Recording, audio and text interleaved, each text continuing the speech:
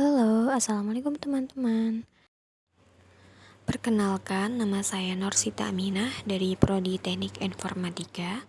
Video ini dibuat guna memenuhi tugas mata kuliah keamanan jaringan.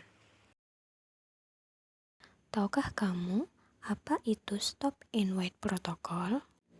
Stop and Wait Protocol adalah metode pertukaran data yang dirancang untuk aktif di lapisan tautan data modul OSI dan digunakan dalam pertukaran data antara perangkat jaringan di saluran tanpa suara. Protokol ini memiliki karakteristik di mana sebuah pengirim mengirimkan sebuah frame dan kemudian menunggu acknowledgement sebelum prosesnya lebih lanjut. Protokol ini dirancang untuk mentransfer data dalam aliran data searah tanpa aplikasi untuk layanan deteksi kesalahan.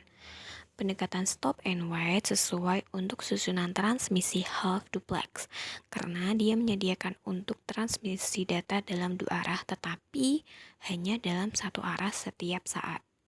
Langkah-langkah yang terlibat dalam protokol stop and wait. Ada dua langkah utama yang terlibat dalam bekerja, yaitu sisi pengirim dan sisi penerima.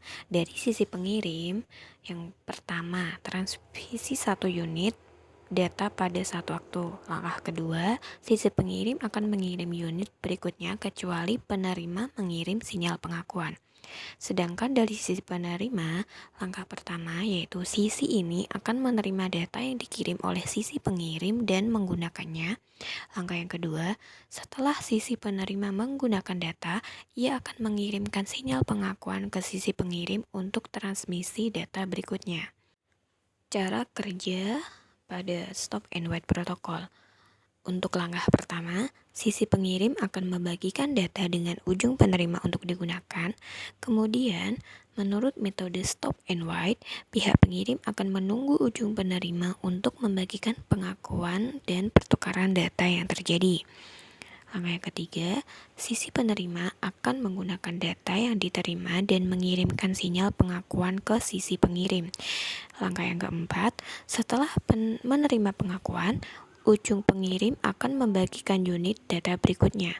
Dan yang terakhir, pertukaran data dilanjut untuk nomor paket. Beberapa masalah yang ada pada protokol Stop and Wait antara lain, kehilangan data selama transmisi antar perangkat jaringan, masalah dengan berbagi pengakuan dengan pengirim akhir, keterlambatan mencari pengakuan ke ujung pengirim.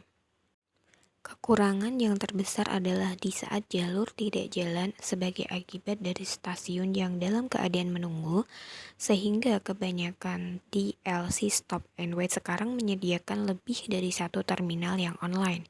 Terminal-terminal tetap beroperasi dalam susunan yang sederhana.